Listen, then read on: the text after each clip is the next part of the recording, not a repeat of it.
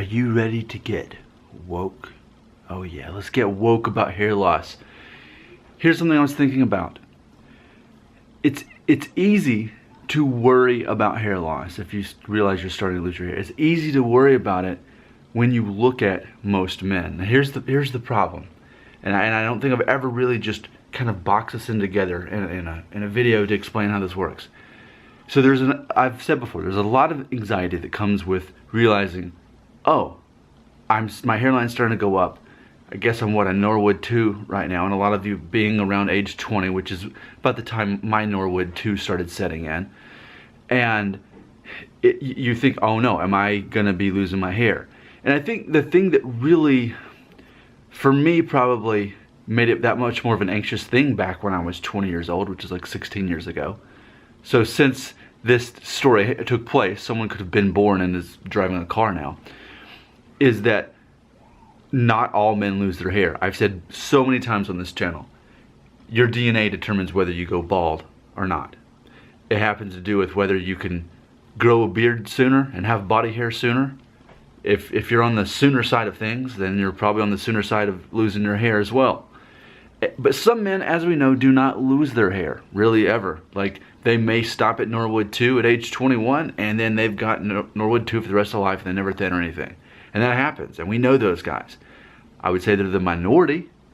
I would say, because as we know, at least most men lose some amount of their hair by the age of 35. But the fact that even if it were 20% of men that just kept most of their hair most of their life, even that alone, I think, raises the anxiety, is what I think happens. Because we tend to think, well, why can't I be like them? Why don't I have that kind of DNA? Why do they get to keep their hair? And it's easy to think that. It'd be one thing, I guess this is what I'm saying, if every man definitely lost his hair at the same rate, it wouldn't be fun for any men, but it would be that much more normal of a thing. There'd be less anxiety for those who do lose their hair, because it's going to happen to everyone at the exact same time. Like, I mean, for the most part, I don't know, like getting wrinkles as you get older. You can tell that I look 36 and a half. You can tell that, right? And that's cool. It's part of the aging process. But the fact that it's not universal, hair loss is not universal, and that fact, I think, raises the anxiety.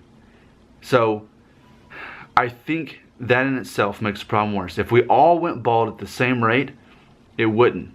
But again, it goes back to the thing that it forces the ones who bald to focus on being the beard man and not the hair man, especially in today's culture where that's seen as very masculine and cool and edgy. And even professional is I think what it's becoming. So there's my new idea that I want you to embrace. My new idea that I want you to embrace is this. If all men went bald at the same rate, then it'd be that much more normal. But because we don't, then there's that more pressure on a younger guy who's losing his hair sooner. But just imagine a world in which all men went bald at the same rate and it was that expected. The thing is, I say it's that way for most men anyway.